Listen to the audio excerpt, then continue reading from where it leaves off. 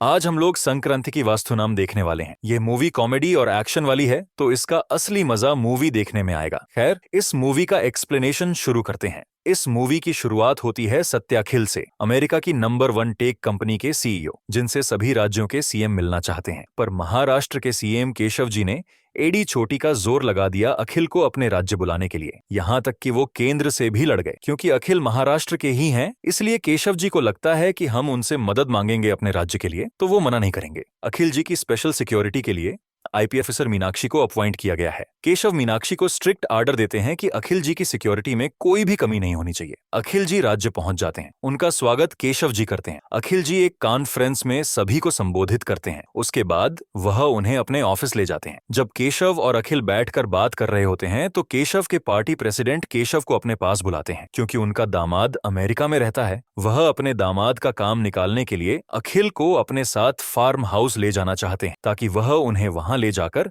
उनकी भी मदद के लिए हामी भरवा लें। लेकिन सीएम केशव उन्हें ले जाने से मना कर देते हैं, क्योंकि वह बहुत ही बड़े आदमी हैं और उनकी जान को खतरा हो सकता है। लेकिन पार्टी प्रेसिडेंट नहीं मानते और वह सीधा अखिल से ही इस बारे में बात कर लेते हैं। अखिल भी जाने के लिए हामी भर देते हैं। मजबूरी में केशव जी भी उन्हें ले जाने के लिए हामी भर देते हैं। रात में सभी पार्टी प्रेसिडेंट के फार्म हाउस पहुंच जाते हैं। एक टाइट सिक्योरिटी का बंदोबस्त किया गया था, ताकि अखिल जी को कुछ ना हो सके। वहां पार्टी प्रेसिडेंट उन्हें अपने हाथ का बनाया हुआ खाना खिला रहे होते हैं और साथ ही मस्का मार रहे होते हैं। बातों ही बातों में वह अपने दामाद के लिए मदद मांगते हैं। केशव भी मदद करने के लिए तैयार हो जाता है। वहां जितने भी काम करने वाले होते हैं वह असल में किसी गैंग के मेंबर होते हैं और वह लोग अखिल जी को पकड़ने के लिए आगे बढ़ते हैं। वहीं आईपीएस मीनाक्षी भी उन्हें बचाने की पूरी कोशिश करती है, उनसे जबरदस्त फाइट करती है, लेकिन उसकी सारी कोशिश नाकाम हो जाती है, जिसकी वजह से वो मेंबर्स उन्हें पकड़कर ले जाते हैं। दूसरी तरफ यह न्यूज जैसे ही सीएम केशव को पता चलती है,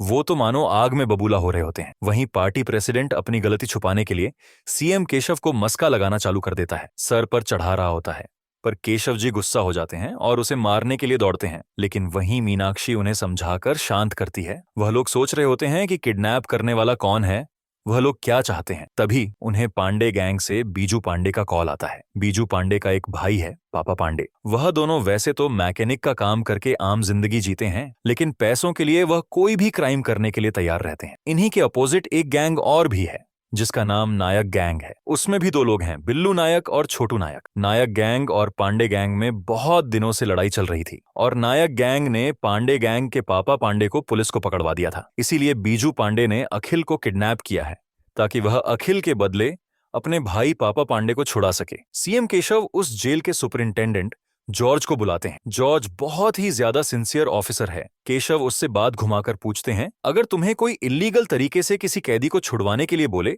यानी अगर खुद सीएम बोल, तो तुम क्या करोगे? जॉर्ज बोलता है, ऐसा नहीं चलता और मैं उन्हें रिलीज नहीं करूंगा। केशव उसे और भी बहुत सारे क्वेश्चन पूछते हैं। एक इंटरेस्टिंग क्वेश्चन पूछते हैं, अगर मैं तुम्हें सस्पेंड कर दिया तब तुम क्या करोगे? जॉर्ज आंसर देता है, मैं प्रेस को बुलाकर एक एक को निचोड़ डालूंगा। केशव को समझ में आ जाता है यहाँ तो दाल नहीं गलने वाली, और उसे वहां से भगा देते हैं। केशव बहुत ज्यादा गुस्सा हो जाते हैं और टेंशन लेने लग जाते हैं कि कल सुबह मीडिया को हम क्या बताएंगे कि अखिल जी कहां पर हैं। तभी मीनाक्षी आइडिया देती है, अगर हम अखिल जैसे दिखने वाले को ढूंढ लें तो हम कुछ समय के लिए बच सकते हैं। इसीलिए मीनाक्षी उस शक्ल के आदमी का खोज करना शुरू कर देती है। तभी न्यूज में हमें दिखता है एक पियक्कड़ आदमी को पुलिस ने पकड़ लिया है और वह उसे सवाल जवाब कर रहे होते हैं। सीएम और बाकी लोग भी यह न्यूज देख रहे होते हैं। तभी मीनाक्षी तुरंत उसका पिक लेती है और उसकी पिक को मॉडिफाई करके चेक करती है कि क्या यह वही असली अखिल जी का चेहरा हो सकता है। चेहरा मैच हो जाता है और उन्हें कुछ समय के लिए नकली अखिल मिल जाता है। लेकिन अब प्रॉब्लम होती है कि अखिल जी को ढूंढना है। इसीलिए केशव चाहते हैं कि 3 दिन के अंदर कोई एक ऐसा ऑफिसर हो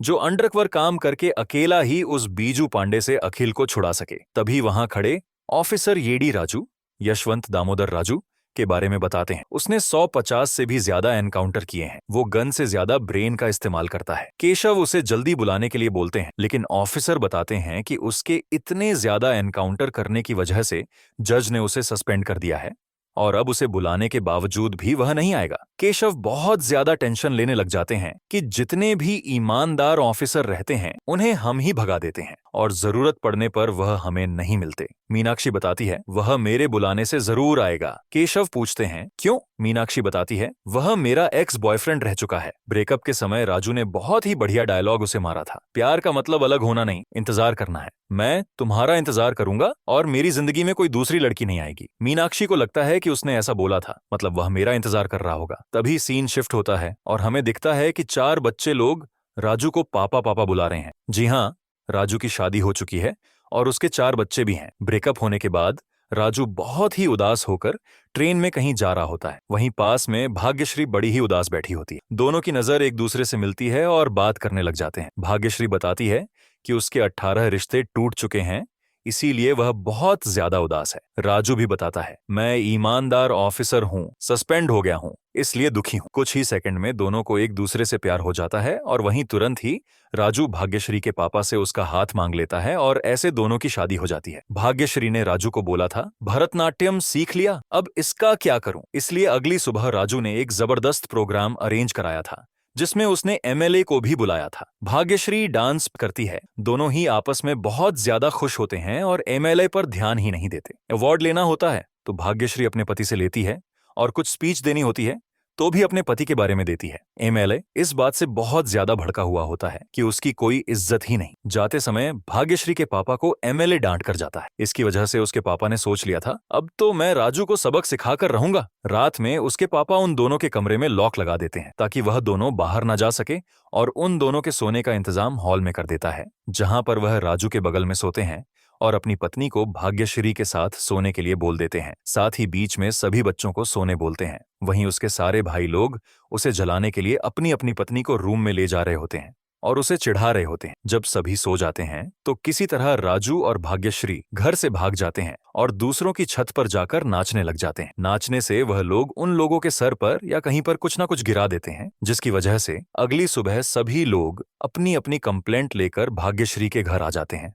सरपंच को लेकर वह लोग राजू को बहुत बुरा सुनाते हैं, जिसे सुनकर उसका लड़का बड़े स्टाइल में आता है और वह उनकी अच्छी क्लास लगा देता है। मेरे पापा ने मेरी मम्मी के साथ डांस किया ना, तुम लोग तो ऐसे बिहेव कर रहे हो जैसे तुम्हारी पत्नी के साथ ठुमके मारे हो। ये सीन बहुत ही ज्यादा कॉमेडी वाला होता है। वह लोग भाग्यश्री के पापा को सलाह देते हैं कि राजू के बेटे को घर से निकाल दो, बहुत ज्यादा बिगड़ गया है। सभी उसे ओटीटी बुलाते हैं क्योंकि वह बहुत ज्यादा ओटीटी देखता है। अगले दिन भाग्यश्री के पापा राजू को 5 लाख रुपए देते हैं कॉन्ट्रैक्टर को देने के लिए। वह पैसा लेकर जा ही रहे होते हैं। रास्ते में देखते हैं कुछ बच्चे भारत का झंडा लेकर जा रहे हैं। उसमें से एक बच्चे ने भारत का झंडा उल्टा पकड़ा था। राजू उसे सही करता है। वहीं एक बुजुर्ग आदमी भी खड़े होकर ये देख रहे होते हैं। बहुत ज्यादा टेंशन में लगते हैं और लगता है कहीं वो कुछ गलत कदम ना उठा ले। राजू को याद आता है, अरे ये तो मेरे टीचर हैं जिन्होंने मुझे बचपन में चिट करते हुए देखा था, फिर भी कुछ नहीं बोला था। जब राजू ने उनसे पूछा था, उन्होंने समझाया, इंसान अगर गलती करते हुए पकड़ा जाए और सामने वाला पकड़ ले तो वह लूजर कहलाता है, लेकिन अगर तुम खुद पकड़े गए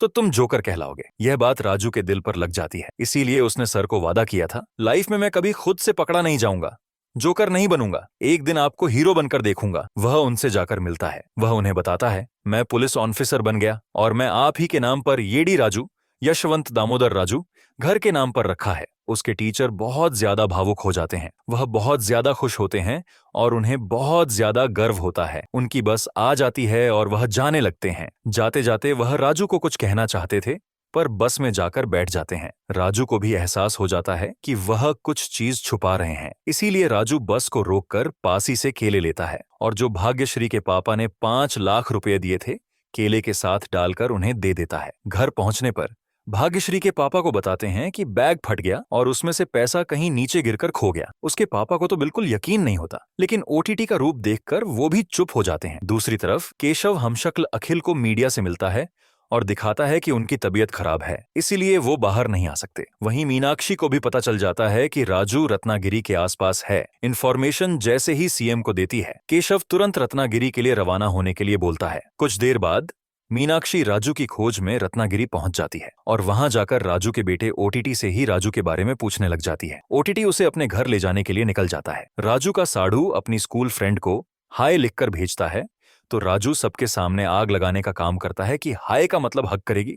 क्या मुझे होता है? वो सबके सामने बड़ी बड़ी डींगे मारना शुरू कर देता है कि मैं तो सिर्फ अपनी पत्नी से ही प्यार करता हूँ। तभी ओटीटी मीनाक्षी को अपने साथ लेकर आ जाता है और बोलता है, तुम्हारी एक्स गर्लफ्रेंड आई है। जिसे सुनकर और देखकर तो राजू की हालत एकदम टाइट हो जाती है, मानो आदमी शेर से भीगी बिल्ली बन गया हो। मीनाक्षी उसे हाई बोलकर हैंडशेक करती है। ये सुनकर भाग्यश्री रोने लग जाती है। मीनाक्षी राजू का क्लास लगाती है शादी करने लेने के लिए। उसके बच्चे देखकर तो मीनाक्षी भी शॉक हो जाती है। भाग्यश्री बड़े ही प्यार से उसकी लव स्टोरी के बारे में पूछती है। राजू अपनी लव स्टोरी बताने जा रहा होता है कि घर का एक मेंबर बोलता है, बहकावे में आकर सारी सच्चाई मत बता देना वरना भुगतना पड़ेगा। लेकिन राजू ने तो सच बताने का ठान लिया था और वह अपनी स्टोरी बताने लगता है। मीनाक्षी और राजू एक ट्रेनिंग कैंप में मिले थे, जहां राजू मीनाक्षी का सीनियर था और उसे ट्रेनिंग दे रहा था। मीनाक्षी को उसके ट्रेनिंग देने के अंदाज से प्यार हो जाता है और वह उसे प्रपोज भी कर देती है। दोनों की उम्र में काफी डिफरेंस होता है, लेकिन मीनाक्षी कैसे ना कैसे करके उसे मना ही लेती है। इसके बाद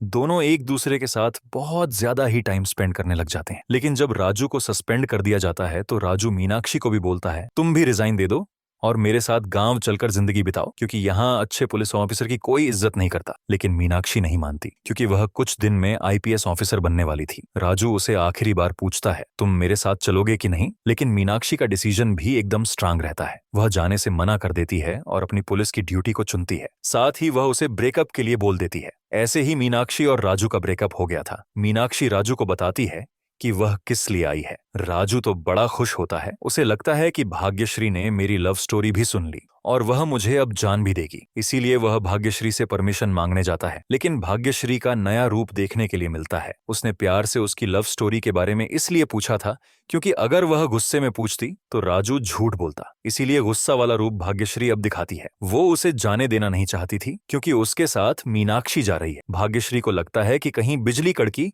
और वह राजू से जाकर लिपट ना जाए। वह जैसे यह बोलती है तभी तुरंत बिजली कड़कती है और मीनाक्षी जाकर राजू से लिपट जाती है। भाग्यश्री मीनाक्षी को समझाती है और बोलती है, मैंने सुबह राजू के लिए पूजा रखी है, प्रसाद खाकर रवाना हो जाना। वो लोग सुबह पूजा करते हैं और बाद में केशव भाग्यश्री को कॉल करते हैं और उसे समझाने की कोशिश करते हैं कि हमें राजू की कितनी ज्यादा जरूरत है। वैसे तो भाग्यश्री नहीं मानती, पर केशव के बहुत ज्यादा रिक्वेस्ट करने के बाद मजबूरी में हाँ कर देती है। लेकिन उसकी एक शर्त होती है कि उनके साथ वह भी जाएगी। उसके पापा, उसका बेटा और साथ ही एक मेंबर वह भी साथ जाने के लिए बोलते हैं। मीनाक्षी भी उन्हें ले जाने के लिए तैयार नहीं होती क्योंकि यह मिशन बहुत ज्यादा खतरनाक है। लेकिन भाग्यश्री भी अपनी जिद में आ जाती है क्योंकि अगर वह नहीं जाएगी तो राजू भी नहीं जाएगा। इसीलिए मीनाक्षी उन सबको ले जाने के लिए तैयार हो जाती है। अब सभी सीएम ऑफिस पहुंच जाते हैं। राजू केशव से वादा करता है कि अगली संक्रांति हम अखिल के साथ मनाएंगे। इसके बाद वह केशव को सैल्यूट मारता और उसका हाथ वहीं अकड़ जाता है क्योंकि उसकी एज ज्यादा हो गई है। इसीलिए वह अपना हाथ सीधा नहीं कर पा रहा होता है।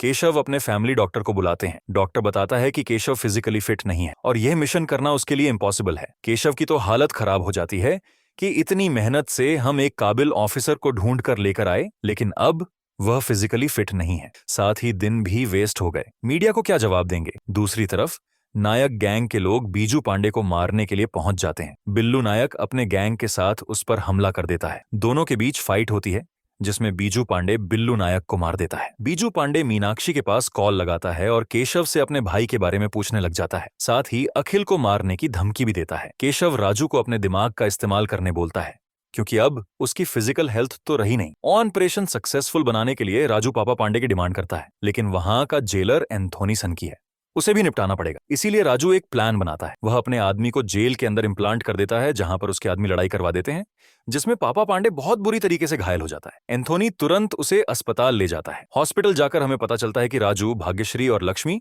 तीनों ने डॉक्टर नर्स का गेटअप ले लिया। राजू पापा पांडे को भी अपने प्लान के बारे में बता देता है और कॉर्पोरेट करने के लिए कहता है। एंथोनी को बाहर भेजकर राजू और उसकी टीम पहले तो पापा पांडे का ट्रीटमेंट करती है और फिर सारा सामान बिखेर देती है। यह नाटक करती है कि कोई दूसरा गैंग आ गया है पापा पांडे को ले जाने के लिए। एंथोनी बाहर से चिल्ला रहा होता है और अंदर राजू और उसकी टीम हेल्प हेल्प का नाटक कर रहे होते हैं। राजू की टीम ने रिकॉर्ड ऑडियो लगा दिया था जिसकी वजह से एंथोनी और उसकी टीम भटक जाती है और दूसरी तरफ राजू और उसकी टीम पापा पांडे को सबसे छुपते छुपाते वहां से भगाकर ले जाते हैं। राजू लोग जैसे ही सेफ जगह पहुंचते हैं, वह लोग बीजू पांडे से पापा पांडे की बात करते हैं। बीजू पांडे उन्हें अपने पास आने का रूट दे देता है और धमकी भी देता है, अगर पापा पांडे को कुछ हुआ तो मैं अखिल को भी उड़ा दूंगा। दूसरी तरफ भाग्यश्री का भी रोना धोना शुरू हो गया था। अब उसकी एक गर्लफ्रेंड आई है तो क्लेश तो होगा ही, जिसकी वजह से राजू भाग्यश्री को मनाने के लिए मीनाक्षी की बहुत बुराई करता है। लेकिन उसे पता नहीं होता कि जब वो ऐसा बोल रहा है, पीछे मीनाक्षी आकर खड़ी हो गई है। अब मीनाक्षी का भी दिमाग खराब हो जाता है। राजू के लिए तो अब धर्म संकट हो गया है, वह दोनों तरफ से फंस गया है। भाग्यश्री सभी के लिए नाश्ता बनाकर उन्हें एक एक करके देती है। पापा पांडे को भी वह नाश्ता देने के लिए जाती है। पापा पांडे से वह नाश्ता करने के लिए कहती है, पर पापा पांडे बार बार मना कर देता है, जिसकी वजह से भाग्यश्री उसे धक्का देकर कहती है, भैया खा लीजिए ना। तभी पापा पांडे का पैर फिसल जाता है और वह नीचे खाई में गिर जाता है। सभी टेंशन में आ जाते हैं, लेकिन भाग्यश्री और उसका लड़का देखते हैं कि पापा पांडे के हाथ में जो खाना रखा है उसे कौवा खा रहा है, जिसे देखकर हंसने लग जाते हैं। पर मीनाक्षी गुस्सा हो जाती है और उसे डांटना लग जाती है। फिर राजू भी भाग्यश्री को डांटना लग जाता है और मीनाक्षी खुश होने लग जाती है। केशव राजू और उसकी टीम को वार्निंग देता है, तुम कैसे भी करके अखिल को वापस लेकर आओ, नहीं तो सभी को पापा पांडे के जुर्म में अंदर डाल दूंगा। राजू और उसकी टीम सबसे पहले तो उस जगह से चली जाती है, क्योंकि उनका पीछा एंथोनी कर रहा है। वह सेफ जगह जाकर पापा पांडे को एक इंजेक्शन देते हैं, जिसके वजह से उसकी बॉडी जैसी की तैसी रहे। साथ ही वह उसकी बॉडी से कुछ धागे बांध देते हैं, ताकि अगर गलती से कभी बीजू पांडे कॉल करें तो वह उसे कठपुतली की तरह हिलाकर आंसर दे दे। वह लोग यह सब तैयारी कर ही रहे होते हैं, तभी बीजू पांडे कॉल कर देता है अपने भाई की हालत के बारे में जानने के लिए। राजू और उसकी टीम ने पापा पांडे का पूरा हुलिया ही बदल दिया था, जिसे देखकर बीजू तो चौंक जाता है। बीजू पांडे अपने भाई से नायक गैंग को खत्म करने के लिए आशीर्वाद मांगता है, जिसके लिए राजू और उसके साथी धागा हिलाकर आशीर्वाद के लिए गलत इशारा कर देते हैं। दूसरी तरफ मीनाक्षी भी राजू को इम्प्रेस करने लग जाती है, जिसे देखकर भाग्यश्री और भी जलना शुरू कर देती है। आपसे में बात करते करते लड़ना शुरू कर देते हैं। यह चीज बहुत ज्यादा ही कॉमेडी वाला होता है। कुछ देर बाद दोनों ही अपने अपने नुस्खे लगाने शुरू कर देते हैं। राजू को इम्प्रेस करने के लिए कभी कोई उसे गले लगता है, कभी कोई उसे किस करता है। भाग्यश्री और मीनाक्षी को लड़ता देख राजू को भी गुस्सा आ जाता है और वह गुस्से में जोर से बाजू में सीमेंट की बनी दीवार को तोड़ देता है, जिसे देखकर रियल डॉक्टर बोलते हैं, यह तुम्हारा फिजिकल लेवल 1 अपग्रेड हो गया है। उन दोनों की लड़ाई देखकर तुम जल्दी फिजिकली फिट हो जाओगे। अगले दिन जब राजू और उसकी टीम सुबह बैठकर ढाबा में नाश्ता कर रहे होते हैं, तो वहां पर एंथोनी पापा पांडे का फोटो लेकर आ जाता है और पापा पांडे से ही पूछने लगता है, क्या आपने इसे देखा है? एंथोनी के साथी ऑफिसर उसे समझाने की कोशिश करते हैं कि हमने कहीं देखा है, फोटोज इनकी जल्दी आने वाला है, तब तक आप इन्हें रोक के रखो। वो लोग बाहर जाते हैं फोटोज के लिए, क्योंकि वहां नेटवर्क नहीं आता था। राजू पप्पू पांडे का हाथ उठाकर एंथोनी के मेन पार्ट पर रख देता है और उसकी मुंडी हिलाकर गलत इशारे करने लग जाता है, जिसे देखकर एंथोनी अब बचाने के लिए वहां से उन्हें भगा देता है। और जब एंथोनी के साथी ऑफिसर आते हैं तो दिखाते हैं कि वही लोग थे जिनको अपने भगा दिया। रात में राजू और उसके दोस्त जिस रास्ते से जा रहे होते हैं, उसे कुछ गैंग के मेंबर रोक लेते हैं। ये पांडे गैंग के मेंबर्स होते हैं, क्योंकि नायक गैंग के मेंबर्स ने बीजू पांडे को फोन करके बता दिया था कि तुम्हारे लोग पापा पांडे को जिस रास्ते से लेकर आ रहे हैं, उसके लाने से पहले ही हम टपका देंगे। इसीलिए बीजू पांडे ने अपने भाई की प्रोटेक्शन के लिए कुछ आदमी को भेजा था। वह लोग जब पापा पांडे को देखते हैं तो उन्हें शक होता है कि कोई भी मोमेंट नहीं हो रहा है, जिसकी वजह से राजू उनमें से किसी एक को पप्पू पांडे के थ्रू इशारा करके अपने पास बुलाता है और जोर से किक पड़वा देता है। इसे देखकर सबको यकीन हो जाता है कि पापा पांडे जिंदा है। राजू ने भी प्लान बना लिया था कि अब कुछ ही देर में दोनों गैंग के बीच फाइट होने वाली है, तो हम ऐसा दिखा देंगे कि इन दोनों गैंग के बीच फाइट की वजह से पापा पांडे खत्म हो गया। वहीं भाग्यश्री और मीनाक्षी भी आपस में वापस से लड़ने लग जाते हैं, जिसे देखकर राजू को फिर गुस्सा आ जाता है और उसका लेवल 2 एक्टिवेट हो जाता है। जब राजू और उसके साथी पापा पांडे के पास नहीं होते हैं, तब पांडे गैंग का एक मेंबर पापा पांडे के पास जाता है और चेक करने लग जाता है। उसे पता चलता है कि पापा पांडे जिंदा नहीं है। वह सभी को बता देता है। तभी वहां नायक गैंग के भी मेंबर्स आ जाते हैं और वह लोग आपस में ही लड़ना शुरू कर देते हैं। मौका देखकर राजू पापा पांडे के शरीर में कुछ ऐसा कर देता है जिसके वजह से सबको लगे कि फाइट की वजह से ही पापा पांडे खत्म हो गया है। वहीं बीजू पांडे भी अखिल को लेकर आ जाता है। राजू उसे बताता है, व्हील चेयर में होने के बावजूद भी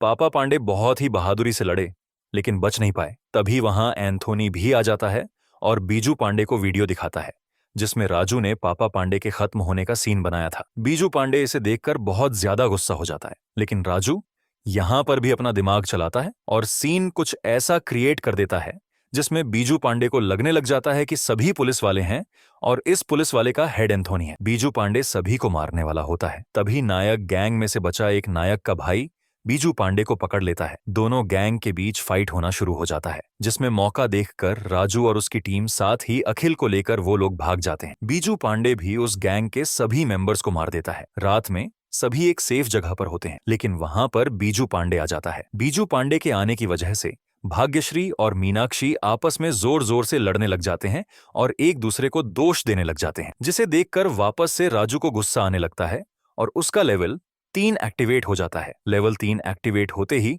राजू बीजू पांडे के साथ साथ उसके सभी मेंबर्स को अकेले ही खत्म कर देता है। केशव ने अखिल को लाने के लिए हेलीकॉप्टर भेजा था, लेकिन राजू अखिल को हेलीकॉप्टर में ले जाने से मना कर देता है और उसे अपने साथ ले जाने के लिए मीनाक्षी को बोलता है। मीनाक्षी को लगता है कि राजू मजाक कर रहा है, लेकिन राजू मीनाक्षी पर भी गण रख देता है। केशव का दिमाग ही खराब हो जाता है कि हमने इतनी मेहनत से अखिल को बचाया, लेकिन जिस आदमी को बचाने के लिए भेजा था उसी आदमी ने उसे किडनैप कर लिया। राजू केशव को कॉल लगाता है, अखिल को भेजने के बदले एक काम करने के लिए बोलता है। वह बताता है कि उसने अपना नाम अपने टीचर के नाम पर रखा था, यशवंत। उसने जो पैसे अपने टीचर को दिए थे वह पैसे टीचर ने उसे वापस लौटा दिए थे और उसके टीचर ने राजू से अपना खोया हुआ इज्जत वापस मांगा था। हमें उस टीचर की कहानी दिखाई जाती है। एक इलेक्शन के समय एक एमएलए कैंडिडेट वोट देने आया था, तो उस टीचर ने उसे लाइन में लगकर वोट देने को कहा था, जिसकी वजह से उस एमएलए का ईगो हो गया था और जब वोटिंग का रिजल्ट आया वही एमएलए कैंडिडेट एमएलए बन गया। एमएलए बनते ही उसने उस टीचर पर गलत इल्जाम लगवाए कि उसने महिला टीचर को छेड़ा है, जिसकी वजह से राजू के टीचर को बहुत ही बेइज्जत करके उसे स्कूल से निकाल दिया गया था। केशव को यह बात पता चलते ही बहुत ज्यादा गुस्सा होता है और उस एमएलए को तुरंत बुलाने बोलता है। यहाँ हमें पता चलता है कि यह सब जो कांड एमएलए प्रेसिडेंट के कारण हुआ था, इस टीचर वाले कांड के पीछे भी उसी का हाथ था। यानी उसके ससुर जी वो एमएलए थे जिन्होंने राजू के टीचर को बदनाम करके स्कूल से निकलवाया था। एमएलए प्रेसिडेंट अपने ससुर को तमाचा मारता है। इसके बाद उसका ससुर उस टीचर को बड़े ही मान सम्मान से वापस स्कूल में बुलाता है। यहाँ हमें एक सीख मिलती है कि हमें कभी भी अपने गुरु को नहीं भूलना चाहिए और हमें हमेशा अपने गुरु की इज्जत करनी चाहिए। मूवी के अंत में दिखता है कि भाग्यश्री और राजू के घर के बाहर कोई बहुत ही सुंदर रंगोली बना रहा होता है। देखने से ऐसा लगता है कि वह अभी अभी शिफ्ट हुए हैं। भाग्यश्री उनसे पूछता है, आप कौन हैं? तभी वह औरत पीछे मुड़ती है और हमें पता चलता है कि यह तो मीनाक्षी है, जिसे देखकर राजू और भाग्यश्री शॉक हो जाते हैं। मीनाक्षी राजू के पास आती है और कहती है कि उसका यहाँ ट्रांसफर हुआ है, इसीलिए हम अब पास रहेंगे हमारे पति के साथ, और वह राजू का हाथ पकड़ लेती है। मूवी यहीं खत्म हो जाती है।